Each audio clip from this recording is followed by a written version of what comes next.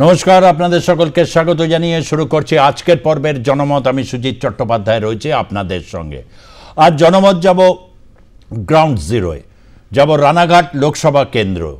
এই রানাঘাট লোকসভা কেন্দ্র অত্যন্ত একটি গুরুত্বপূর্ণ কেন্দ্র এবং এই কেন্দ্রে জগন্নাথ সরকার, যিনি ভারতীয় জনতা পার্টির প্রার্থী হয়েছেন। জগন্নাথ সরকার এমনিতে বিতর্কিত, কিন্তু কৃষক সন্তান হিসাবে প্রথমবার যখন লোকসভা নির্বাচনে 2019-এ তিনি জয়লাভ করেন, তারপরেই তিনি চলে আসেন রাজ্য রাজনীতির নেক নজরে। বিভিন্ন রকম তার মন্তব্যকে ঘিরে বিভিন্ন সময় বিতর্ক দানা বেঁধেছে। কিন্তু জগন্নাথ সরকার দ্বিতীয়বার যখন প্রার্থী হয়েছেন এবং তার প্রার্থী পদকে ঘিরে যে পরিস্থিতি তৈরি হয়েছিল, মুকুটমণি অধিকারী যিনি তৃণমূল কংগ্রেসের প্রার্থী হয়েছেন, মতুয়া সম্প্রদায়ে ভুক্ত, সেই মুকুটমণি অধিকারীকে স্পষ্ট চ্যালেঞ্জ ছুড়ে দিয়েছেন জগন্নাথ সরকার। এমনিতে এটি সংরক্ষিত কেন্দ্র, অর্থাৎ এখানে শিডিউল্ড কাস্টদের জন্য এটি সংরক্ষিত কেন্দ্র এবং সেই কেন্দ্র থেকে জগন্নাথ সরকার তিনি দ্বিতীয়বার যাতে সংসদে যান সেই জন্যেই তার প্রস্তুতি চলছে। এই তীব্র দাবদাহের মধ্যে অক্লান্তভাবে একের পর এক রোড শো, বিভিন্ন জায়গায় গিয়ে তিনি প্রচার করছেন এবং অগণিত তার সেই যে ভক্ত যারা রয়েছেন এবং ভারতীয় জনতা পার্টির যারা কর্মী সমর্থক, তাদেরকে নিয়ে যখন ঠিক দুপুরবেলাটা হচ্ছে, প্রায় প্রত্যেকেই কেউ কেউ থাকছেন হচ্ছে কর্মীদের নিয়ে মিটিং করছেন, কিছুটা অবসর নিচ্ছেন এবং তারপর বিকেলবেলা আবার প্রচারে বেরোচ্ছেন। তার কারণে তীব্র দাবদাহে এইভাবে প্রচার করা ছাড়া কোনো উপায় নেই। এ তো শীতকাল নয় যে সকাল থেকে রাত অবধি টানা প্রচারের মধ্যে থাকতে পারবেন। অর্থাৎ সকলেই চান প্রার্থীরা যে তারা বিভিন্ন মানুষের কাছে পৌঁছে যাবেন, কেননা 5 বছরে একজন সাংসদের 7টা বিধানসভা কেন্দ্র নিয়ে প্রায় প্রত্যেকটা কেন্দ্রেই 10 লক্ষ ছাপিয়ে গেছে ভোটারের সংখ্যা। তাই প্রত্যেকের কাছে পৌঁছানো কার্যত অসম্ভব, তবু যতটা করা যায়। এরকমই একটা পরিপ্রেক্ষিতে জগন্নাথ সরকারের সাথে মুখোমুখি হয়েছিলাম এবং তাকে বেশ কিছু প্রশ্ন করেছিলাম। যে প্রশ্নগুলো হচ্ছে এটাই যে কংগ্রেসের এই মুহূর্তে একটা ইস্তেহারের পর কংগ্রেসের ইস্তেহার নিয়ে বেশ কিছু বিবাদ তৈরি হয়েছে। ভারতীয় জনতা পার্টি কোথাও মনে করছে যে হিন্দু শক্তিকে একত্রিত হওয়া দরকার। তার কারণ হচ্ছে কংগ্রেসের ইস্তেহারে নাকি লেখা আছে যে এই রকম সম্পদগুলোকে তার অডিট করে এবং যাদের কাছে বেশি সম্পদ তারা ওটা দিয়ে দেবে হচ্ছে মুসলমানদের। এটা নিয়ে একটা তীব্র বিতর্ক তৈরি হয়েছে এবং তারপরে এক একটার পর ইস্যু আসছে, তারপর আবার কিছুদিন স্থিমিত থাকছে। এ বিষয় নিয়ে জগন্নাথ সরকারের প্রথমে ঠিক কী বলছেন একটু শুনে নেব এবং তারপর হচ্ছে জগন্নাথ সরকারের সঙ্গে হাঁটতে হাঁটতে, তার কারণ হচ্ছে এমন একটা জায়গায় যেখানে প্রচুর কর্মী, প্রায় 2,5-3 হাজার কর্মীদের নিয়ে তিনি সদ্য তখন একটি রোড শো শেষ করে এসেছেন। পরবর্তী ক্ষেত্রে আবার প্রচারের যাবার আগে একটা তার সাথে কথা বলার একটা সুযোগ ঘটেছিল এবং সেই জায়গাটাও একটু আমরা পরে তুলে ধরব। তৃণমূল কংগ্রেস এই তোষণের প্রশ্নের তারতম্যে আপনি কাকে বেশি এগিয়ে রাখবেন? এখন একে অপরের মধ্যে পাল্লা চলছে। আমরা দেখেছি কংগ্রেস তোষণ করছিল, তোষণের মাধ্যমে একটা সময় সংখ্যালঘুদের ভোট তারা নিত। আমরা পশ্চিমবাংলায় দেখলাম যে বামপন্থী রাজনীতি কংগ্রেসের তোষণকে ছাড়িয়ে গেল। তাই সংখ্যালঘুরা, মৌলবাদী মানসিকতার সংখ্যালঘুরা তারা বামপন্থীর পাশে এসে দাঁড়ালো। তার ওপর ওভারটার্ম করলো মমতা ব্যানার্জি। তিনি আরও বিশেষ করে 10,000 খারিজি মাদ্রাসাকে তিনি দেখলাম বৈধতা সামিল করলেন। এইভাবে তোষণের রাজনীতির পাল্লা কংগ্রেসের চেয়ে কমিউনিস্টরা বেশি, কমিউনিস্টের চেয়ে তৃণমূল বেশি। এখন আবার নতুন করে তারা আবার কংগ্রেস ভাবছে এদের চাইতে আমার বেশি যেতে হবে। এই তোষণের রাজনীতি সমানে চলছে, একই ট্র্যাডিশন সমানে চলছে। প্রধানমন্ত্রী নরেন্দ্র দামোদর দাস মোদী বলেছেন যে এবারের কংগ্রেসের যে ইস্তেহার, সেই ইস্তেহারের পুরোপুরি মুসলিম লীগের সময়কার ইস্তেহার, মানে যে প্রস্তাবনা ছিল দেশভাগের সময়কার, তার সাথে মিল আছে। এই বিষয়ে আপনি কি বলবেন? একদম সঠিক কথা বলেছেন এবং আমার বক্তব্যের মধ্যে সেই বিষয়বস্তুটাকে ভিত্তি করে তার ভাষা হয়তো আলাদা। আসলে একদম মুসলিম লীগের অতীতের যে এজেন্ডা ছিল তাদের এজেন্ডাকেই মেনে নিয়ে রাহুল গান্ধী তার বক্তৃতা দিয়েছে এবং তার প্রস্তাবনা রেখেছে। আগামী দিন সেই পথেই ভারতবর্ষ এগোচ্ছে। তাই ভারতবর্ষ কি সেই পথে যাবে, না নরেন্দ্র মোদীর যে নতুন ভারত, বিবেকানন্দের ভারত এ এগিয়ে যাওয়ার চিন্তা ভাবনা করবে।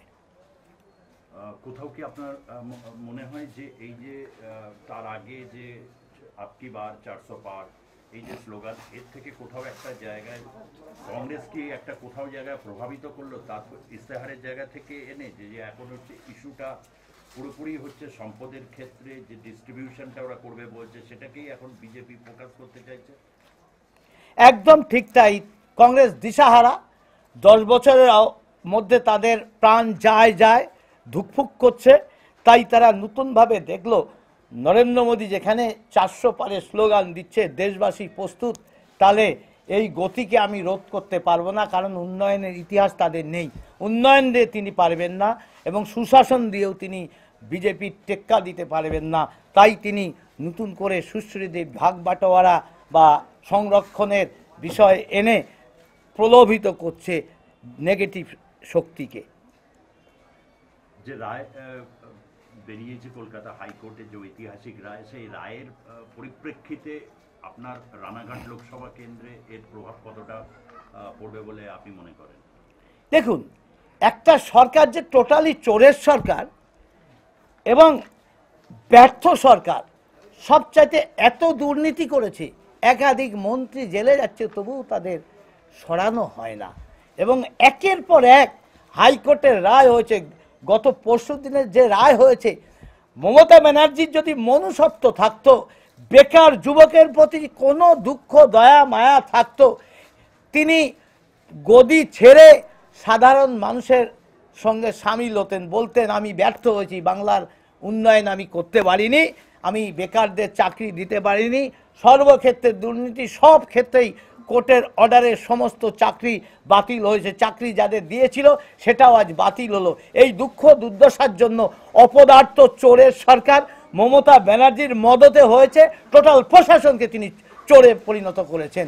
শুধু দলের লোক নয়, প্রশাসনের লোককে পর্যন্ত দলদাসে পরিণত শুধু করেননি, চোরে পরিণত করেছেন বলে আজকে এই অবস্থা হয়েছে। হাইকোর্ট এইভাবে রায় দিতে বাধ্য হয়েছে। তাই আমি বলেছি, যতই বেকাররা আজকে বেকায়দায় পড়েছে তাদের দুঃখের সঙ্গে সামিল হয়ে বলছি, বাংলার মুক্তির জন্য এটা প্রয়োজন ছিল। শুধু এটা প্রয়োজন নয়, এর সঙ্গে যারা যারা জড়িত কঠোরতম শাস্তি, প্রয়োজন হলে নতুন করে বিল এনে এদেরকে যাবজ্জীবন জেলের ব্যবস্থা করা উচিত আমি মনে করি। মুখ্যমন্ত্রী মমতা বন্দ্যোপাধ্যায়ের বক্তব্য, এই রায় যেটা হয়েছে হাইকোর্টকে তিনি বলছেন এটা বিজেপির আদালত, কি বলবেন? দেখুন, বিজেপি মানুষ নিয়ে চিন্তা করে, তাই মানুষের উন্নয়ন করে।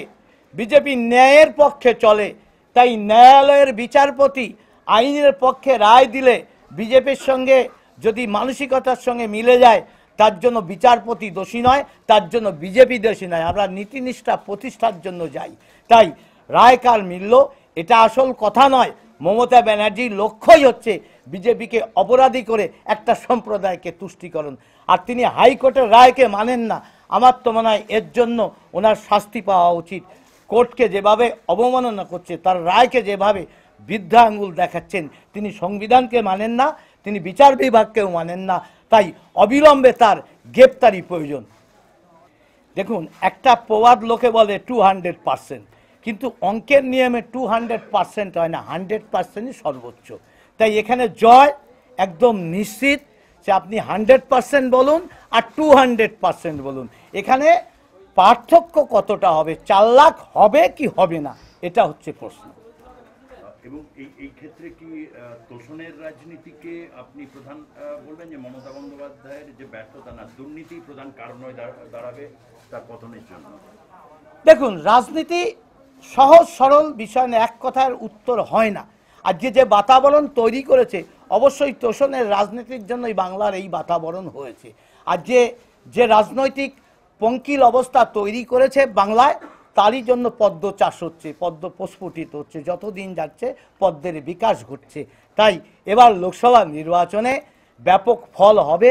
মমতা ব্যানার্জি দুর্নীতি, তোষণের রাজনীতি, ভোট লুট এবং একটা সম্প্রদায়কে, দেশবিরোধী শক্তিকে, শাহজাহানের মতো লোককে মদত দেওয়ার কারণেই জনতা আজকে বিজেপির পক্ষে আওয়াজ তুলেছে। দেখলেন আজকে নবদ্বীপ বিধানসভায় কিভাবে র্যালিতে মানুষ স্বতঃস্ফূর্তভাবে তারা যোগ দিচ্ছে। কৃষ্ণ কৃষ্ণ হরে হরে, জয় শ্রীরাম ঘরে ঘরে। আসলে জয় শ্রীরাম নবদ্বীপের মতো জায়গায় গিয়ে যখন দেখছি, এই নবদ্বীপ হচ্ছে রানাঘাট কেন্দ্রের মধ্যে পড়ে। নবদ্বীপে কে লিড পাবে এটা একটা খুব গুরুত্বপূর্ণ ব্যাপার। তার কারণ ওখানে দীর্ঘদিন বিধায়ক ছিলেন পুণ্ডরীকাক্ষ সাহা তৃণমূল কংগ্রেসে, যাকে নন্দদা বলে যিনি বিখ্যাত। বাম আমলেও জিতে এসেছেন এবং তৃণমূল সরকারের যখন রাজ্যে প্রতিষ্ঠিত হয় সেই সময়েও নন্দবাবু অর্থাৎ পুণ্ডরীকাক্ষ সাহা বিধায়ক থেকেছেন। কোথাও তার একটা প্রভাব রয়েছে, এটা বিলক্ষণ জগন্নাথ সরকারও জানেন। সেই নবদ্বীপে জোরসে তারা জয় শ্রীরাম জয় শ্রীরাম স্লোগান নিচ্ছেন। আরেকবার একটু শুনুন সেই স্লোগানের মানে তীব্রতা বা তেজ। জয় শ্রীরাম, জয় শ্রীরাম, ভারত মাতা কি, নরেন্দ্র মোদী, নরেন্দ্র মোদী, এবার 400 পার, এবার, এবার, এবার, জয় জয় শ্রীরাম, জয় শ্রীরাম। তারপরে এই স্লোগানের মাঝে আমি তাকে জিজ্ঞাসা করেছিলাম, আপনি তো পড়ে রয়েছেন স্কার্ফ হরে কৃষ্ণ হরে রাম, তো হঠাৎ জয় শ্রীরাম কেন? কেন বাংলার রাজনীতিতে এটা এখন একটা দেখা যাচ্ছে, জয় শ্রীরাম না হরে কৃষ্ণ হরে রাম না জয় মা দুর্গা না জয় বাংলা, এ নিয়ে তীব্র বিতর্ক তৈরি হয়েছে। তার কারণ বাংলায় শাক্ত বৈষ্ণব নানা মতাবলম্বী রয়েছেন, শৈবরাও রয়েছেন। এমতো পরিস্থিতিতে কোথাও একটা জায়গায় কোন স্লোগানটা ঠিক কিভাবে খাপ খাবে এটা নিয়ে বিস্তর চর্চা চলে। তবে 2019 সালে যেরকম তারস্বরে জয় শ্রীরাম দেখতাম, এবার অনেকটাই স্থিমিত। কোথাও একটা জায়গায় গিয়ে, অনেক জায়গায় প্রচারে গিয়ে দেখতে পাচ্ছি যে ভারতীয় জনতা পার্টির প্রচার ঠিক 2019 সালের মতো করে হচ্ছে না। যে স্বতঃস্ফূর্ততা 2019 সালে দেখা গিয়েছিল, এমনকি 2021 সালেও একটা জোশ কাজ করছিল। যে কোথাও অমিত শাহ যখন এসে বলে গিয়েছিলেন যে 200টা আসন পাবেই, তারপর জোশটা বেড়ে গিয়েছিল। কিন্তু 2021 সালের পর কোথাও একটা স্থিমিত হয়ে যায়। এবারে 2024 সালে কিন্তু কোথাও গিয়ে বারবার স্লোগান বদল হচ্ছে। কখনো তৃণমূল কংগ্রেস ছেড়ে কংগ্রেস ইস্যু হয়ে যাচ্ছে, কখনো ইন্ডি জোট হচ্ছে, কখনো তৃণমূল কংগ্রেসকে দুর্নীতি চোর এই সমস্ত অভিহিত করে তারা মোকাবিলা করতে চাইছেন নির্বাচন। কিন্তু রাজনৈতিক ইস্যু কোথায়? এই প্রশ্নগুলো তো স্বাভাবিকভাবে আসে। এই রাজনৈতিক ইস্যুর প্রশ্নে অনেকভাবে তাকে প্রশ্ন করে জানতে চাইছিলাম জগন্নাথ সরকার ঠিক কীভাবে মোকাবিলা করতে চাইছেন। রাজনৈতিকভাবে যথেষ্ট পরিপক্ক মানুষ তিনি এবং তার জনপ্রিয়তা আছে। সুতরাং এই সিটটা ভারতীয় জনতা পার্টি অনেক আশা করে বসে আছে। যদিও তৃণমূল কংগ্রেস এটা তারা যে ছেড়ে দেবে এমন তো নয়, তার কারণ মুকুটমণি অধিকারীও সেখানে প্রতিদ্বন্দ্বিতা করছেন, মতুয়া সম্প্রদায়ভুক্ত ডাক্তার মুকুটমণি অধিকারী কাছে। এবং এই কেন্দ্রে একটা খুব উল্লেখযোগ্য বিষয় হচ্ছে নারী পুরুষের ভোটের যে ব্যবধান। এই কেন্দ্রে সংখ্যালঘু মুসলিম ভোট কিন্তু ফ্যাক্টর নয়, ফ্যাক্টর এখানে হচ্ছে এসসি ভোট এবং মতুয়া ভোট এবং নারী পুরুষের যে ভোটের অনুপাত খুব গুরুত্বপূর্ণ এই জায়গা থেকে, এবং এটা জগন্নাথ সরকারও জানেন। তবে একটা বিষয় খুব নিশ্চিত হওয়া যাচ্ছে যে জগন্নাথ সরকার কিন্তু প্রত্যেকটা বুথে কিন্তু তার বিজেপি কর্মী দিতে পারবেন, এটা নিশ্চিত। তার কারণ আরেকবার ছবিটা আপনারা দেখুন, কত মানুষ সেখানে উপস্থিত হয়েছেন জগন্নাথ সরকারের সঙ্গে। এই দুপুর রোদে তারা বেরিয়ে রোড শো করছেন, এবং রোড শো করার পর হচ্ছে পরবর্তী রোড শোর ফাঁকে সেখানে রয়েছেন। কেউ এরকম আসছি বলে বাড়ি চলে যাচ্ছে তা কিন্তু নয়, এরকম একটা দীর্ঘ সময় আমি কিন্তু তার সাথে দেখলাম এবং বেশ কিছু কথা বললাম। প্রথম দফার ভোট হয়েছে এবং দ্বিতীয় দফার প্রাককালে এরকম বিভিন্ন জায়গায় দেখা যাচ্ছে যে তৃণমূল কংগ্রেসের বিভিন্ন এমএলএ থেকে শুরু করে প্রেসিডেন্ট, জেলা প্রেসিডেন্ট, এরকম নানা রকম অভিযোগ আছে কেন্দ্রীয় বাহিনীকে তারা নিয়ে বিভিন্ন জায়গায় ভোটারদেরকে প্রভাবিত করছে। এই বিষয় নিয়ে কি বলবেন, বা আপনার কেন্দ্রকে এই বিষয় থেকে রক্ষা করবেন কিভাবে? এটা কতটা সম্ভব হচ্ছে দেখতে হবে খতিয়ে। ব্যাপারটা আমার দেখার বিষয় নয়, কারণ ব্যাপারটা ঊর্ধ্বতন কর্তৃপক্ষের। তারা সরজমিনে খতিয়ে দেখবেন কি হয়েছে, বাস্তব ঘটনাটা কি। তাই এই কথার আমি উত্তর দিতে পারলাম। কেন্দ্রীয় নির্বাচন কমিশনের ভূমিকা নিয়ে এখনো আপনি সন্তুষ্ট? দেখুন, পুরোপুরি সন্তুষ্ট অবশ্যই নয়, কারণ অনেক ক্ষেত্রেই ঢিলে ঢালা ব্যবস্থা দেখা যাচ্ছে। প্রথম দিকে কিছুদিন আমি দেখলাম যেখান দিয়েও কিছু আধা সামরিক বাহিনী রুট মার্চ করছিল। এখন তাদের আমি অস্তিত্ব দেখতে পাচ্ছি না। কেন দেখতে পাচ্ছি না জানি না, কমিশন কি করছে। এবং কিছু পুলিশ অফিসার এখনও পুরো তৃণমূলের হয়ে ওপেনলি দালালি করছে, ক্রিমিনালগুলো ঘুরে বেড়াচ্ছে, তাদেরকে এখনো অ্যারেস্ট করেনি। তাই এই ব্যাপারে আমি পুরোপুরি সন্তুষ্ট নয়। কোথাও একটা জায়গা থেকে একটু জগন্নাথবাবু একটু হাঁটতে হাঁটতে যদি আমরা, কেননা আপনি প্রচারের মধ্যে রয়েছেন এবং এই তীব্র দাবদাহের মধ্যে যে প্রচার, এই দাবদাহকে অতিক্রম করে আপনার এই যে একটা প্রবল এনার্জি, এই এনার্জির সোর্সটা কি? দেখুন, এটা মূলত মাঠে ঘাটে কাজ করে, আমি চাষবাস করে, খেলাধুলা করেও, পড়াশোনা করে আজকে এই জায়গায় রাজনীতি সংগঠন করে এসেছি। অর্থাৎ হাটটাকে যত প্র্যাকটিস করা যায় তত দম বাড়ে। ছোটবেলা থেকেই কঠিন পরিশ্রমের মধ্যে দিয়ে মানুষ হয়েছি, তাই পরিশ্রম করা একটা স্বভাবসিদ্ধ অভ্যাস রয়ে গেছে। তাই এত দাবদাহের মধ্যেও আমার কোনো অসুবিধা হচ্ছে না, নর্মালভাবেই আমি চলতে পারছি। আপনি কাকে এই মুহূর্তে মানে প্রধান প্রতিপক্ষ মনে করছেন? কারণ এখানে আবার তৃতীয় শক্তি হিসেবে এককালে একদা সাংসদ, তিনিও প্রতিদ্বন্দ্বিতা অবতীর্ণ হয়েছেন। এককালে এটা বামেদের এক সময় গড় ছিল। অন্যদিকে রয়েছেন মুকুটমণি অধিকারী, তিনি রয়েছেন। এই সমস্ত বিষয়ে প্রধান প্রতিপক্ষ নিয়ে আপনি কি বলবেন? দেখুন, এখানে প্রতিপক্ষ আমি কাউকে খুঁজে পাচ্ছি না, কে হবে আমি বুঝতে পারছি না, কিন্তু তাদের দূরত্ব এত দূরে দেখা যাচ্ছে যে তারা কাছাকাছি না আসলে তো লড়াই হয় না, তাই তাদের দূরত্ব অনেকই রয়ে গেছে আমি দেখতে পাচ্ছি। মানে আপনাকে কি মানে সাথে তারা দূরত্ব বজায় রাখছেন, মানে সমীহ করছেন? মানে আপনি কি চান তারা আরো বেশি কাছাকাছি এসে মুখোমুখি ফাইটটা করুন? দেখুন, আসল ব্যাপার লড়াইয়ে তারা সামিল হতে পারছে না, এত তাদের ডিফারেন্স, তাদের ভোটারই আমি দেখতে পাচ্ছি না। এখানে নদিয়া চৈতন্যের মাটি, সেখানে দেখছি একদম গেরুয়া হয়ে গেছে, যেখানেই যাচ্ছি একটাই আওয়াজ। আজকে সব স্লোগান ভুলে গিয়ে সবারই নাম হয়ে গেছে জয় শ্রীরাম। বাংলা ভুলে গেছে ভিয়েতনাম, কিন্তু ভোলে না কেউ জয় শ্রীরাম। বাংলা ভুলে গেছে ভিয়েতনাম, কিন্তু ভুলবে না জয় শ্রীরাম, তাই তো? হরে কৃষ্ণ হরে রাম। হরে কৃষ্ণ হরে রাম, ঘরে ঘরে জয় শ্রীরাম। হরে কৃষ্ণ হরে রাম, ঘরে ঘরে জয় শ্রীরাম। বাংলা ভুলে গেছে ভিয়েতনাম, ভুলবে না কেউ জয় শ্রীরাম। অসাধারণ। জগন্নাথ বাবু, এই যে আপনার এত কর্মী সমর্থক, তাদেরকে নিয়ে এই যে একটা নিবিড় প্রচার চলছে আপনার প্রায় শুরুর দিন থেকেই কি কোথাও একটা জায়গায় প্রতিপক্ষের খামতি জেনারেলি কেউ বলতে চায় না, তথাপি এত দূর থেকে আপনি বললেন যখন প্রতিপক্ষের খামতি নিয়ে যদি কিছু বলেন, কেননা প্রতিপক্ষ মাঝে মধ্যে আপনার উদ্দেশ্যে কিছু কিছু মন্তব্য ছুড়ে দিচ্ছেন। দেখুন, যখন মানুষ লড়াইয়ে পারে না তখন কি করে, বিলো দা বেল্ট হট করে একটা ঘুষি মেরে দেয়। তাই এরা ওদের কাজ করবে, এতে কিছু এসে যায় না। জনতা আমাকে চেনে, কারণ এখানে আমি সাধারণ মানুষের সঙ্গে আজকে হঠাৎ করে চাঁদের উদয় হয়নি। আমি গ্রামে গ্রামে ঘুরে বাড়ির লোকের বাড়ি খাওয়া দাওয়া করে, সংগঠন করে, চাষবাস করে মানুষ হয়েছি। তাই সাধারণ মানুষ এখনো, আমি নিজেকে এমপিও ভাবি না, আমি সাধারণ মানুষই ভাবি।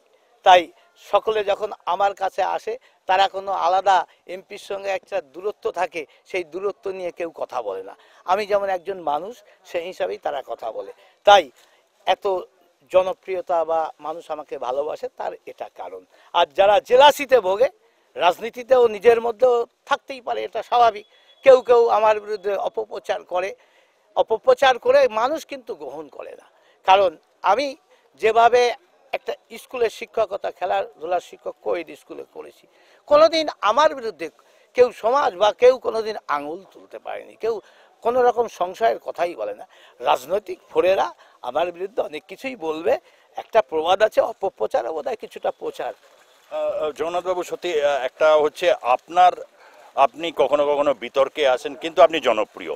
এবং একটা বিষয় আপনার কাছ থেকে এই কারণেই জানতে চাইবো যে বিজেপি তো খুব রেজিমেন্টের একটা শৃঙ্খলাবদ্ধ দল, সেখানে আপনার মতো একটু খোলামেলা টাইপের মানুষ, এই যে মানুষের সাথে এভাবে বেশেন, কিভাবে অ্যাডজাস্ট করে নিয়ে আপনি দ্বিতীয়বারও প্রার্থী হয়ে এই মুহূর্তে লড়াইয়ের ময়দানে এগিয়ে রয়েছে? দেখুন, আমি কাজ করি, জনতার সঙ্গে থাকি, তাই ভারতীয় জনতা পার্টি জনতার পার্টি, তার মতামতকে গুরুত্ব দেয়। সাধারণ মানুষ কি বলল সেটাই ভিত্তি করে, আর নেতাদের মধ্যে কে কি বলল সেটা ভিত্তি না করে, কারণ নেতাদের রাজনৈতিক লড়াই থাকে, সে কথাকে বেস করে না। তাদের নিজস্ব বহু সংস্থার সার্ভে আছে, তাই সার্ভেকে বেস করে বা দেখে। আজকে সারা বাংলার মধ্যে রানাঘাট যে সার্ভেতে টপে আসছে, কেন আসছে, তার পেছনে কে কাজ করছে, নীরবে নিভৃতে কাজ যে করছে, সাধারণ মানুষের সঙ্গে মিলেমিশে কাজ করছে, তার একটা গুরুত্ব আছে। তাই এখানে নরেন্দ্র মোদীর মতো চালা প্রধানমন্ত্রী হতে পারে, তিনি ভারতবর্ষের রাজনীতিই করেননি, গুজরাটের উন্নয়ন করেছিলেন, তাকে প্রধানমন্ত্রীর পদপ্রার্থী করা হলো। তাই আমার মতো মাঠে ঘাটে কাজ করা একজন সন্তানকে যেমন প্রথমে সারা ভারতবর্ষের মধ্যে আমি একজন এমপি যে জেলা সভাপতি থেকে আমি এমপির টিকিটে সুযোগ পেয়েছি। একমাত্র উদ্বাস্তুদের জন্য লোকসভায় নিঃশর্ত নাগরিকত্বের দাবিদার সিএ নিয়ে আপনি এইটা নিয়ে আপনি আজকে রোড শো করলেন বিভিন্ন সময়, কিন্তু বিরোধীরা তো বলছে নিঃশর্ত নাগরিকত্ব হয়নি, যেটা নিয়ে বিভিন্ন ক্ষেত্রে মানে বনগাঁ রানাঘাট এই দুটোর ক্ষেত্রে নিঃশর্ত নাগরিকত্বের প্রশ্নটা একটা বড় প্রশ্ন, কিন্তু কোথাও কি নিঃশর্ত নাগরিকত্ব হয়েছে না একটা বিভ্রান্তি তৈরি হচ্ছে? একদম নিঃশর্তই নাগরিকত্ব হয়েছে। যারা এখানে বাস করছে তাদের নাগরিকত্ব সবাইকে দেওয়া হবে, একজনও বাদ যাবে না। কিন্তু এখানে তালগোল পাকিয়ে ফেলছে, ঘোলা জলে মাছ ধরার চেষ্টা করছে। দেখুন, আজকে যদি এখন এই সুযোগ পেয়ে বাংলাদেশের জামাতিরা এখানে এসে নাম পাল্টে নাগরিক হয়ে যাবে, কোনো যদি স্লিপ বা ডকুমেন্ট ছাড়া তাদের সুযোগ দেওয়া হয়, তাহলে পাকিস্তানের লস্করি তৈবা যারা ভারতবর্ষকে ধ্বংস করতে চায় তারা বাংলায় এসে নাগরিকত্ব নিয়ে নেবে, নামটা পরিবর্তন করে আমার আপনার মতো নাম নিয়ে। ঠিক আফগানিস্তানের তালেবান তারাও এখানে নাগরিকত্ব নেবে, দুদিন পরে সব গুরুত্বপূর্ণ জায়গাগুলো বিস্ফোট করে উড়িয়ে দেবে, তখন দায়ী কে হবে? ভারতীয় জনতা পার্টি হবে। তাই আমাদের যে স্বরাষ্ট্রমন্ত্রী তার মাথায় ব্রেন আছে, মোদিজি প্রচণ্ড বুদ্ধিমান, ভবিষ্যতে কি ক্ষতি হতে পারে এইভাবে খোলামেলা আসার সুযোগ দিলে তাহলে ঠেকানো যাবে না। তাই এ দেশ তো ওই রকম নয়। তাই এখন যারা আসবে তারা যেন একটা ডকুমেন্টস নিয়ে আসে, তাদের নাগরিকত্ব দেওয়া হবে। এবং যারা এসে আছে বাস করছে তাদের দুজন শনাক্তকারী বলে দেবে, হ্যাঁ আমি চিনি এই ধর্মের মানুষ এতদিন ধরে বাস করছে, তাকে নাগরিকত্ব দেওয়া হোক, তাদেরকেও নাগরিকত্ব দেওয়া হবে। সিএ কারো নাগরিকত্ব নেওয়ার নয়, সবাইকে দেওয়ার জন্য। এবার একটা বিরতি নেব, বিরতির পর ফিরে দেখাবো আপনাদের কাছে টাকা মিছিল। আপনারা ভাবছেন এই আবার কি? হ্যাঁ, টাকা মিছিল কেন?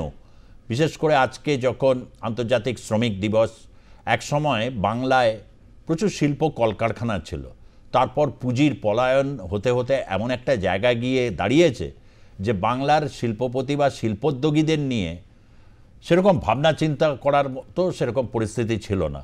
কিন্তু রাজপথে যদি বেশ কিছু বাঙালি শিল্পপতিদের এরকম কাট আউট সহ মিছিল দেখা যায়, কেমন হতে পারে সেই ছবি দেখাবো আপনাদের, এবং কি বলছেন বাংলা পক্ষের গর্গ চট্টোপাধ্যায় শোনাবো আপনাদেরকে।